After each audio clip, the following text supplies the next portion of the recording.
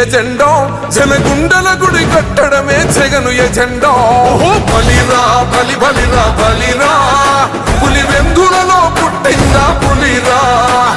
కుర్చీల కూర్చోవడమే మీ ఎజెండా, కుర్చీ జనమే ఇవ్వాలన్నది జగను ఎజెండా. బలిరా బలి బలిరా బలిరా పేద బతుకుల మార్చినది ఆ పులిరా.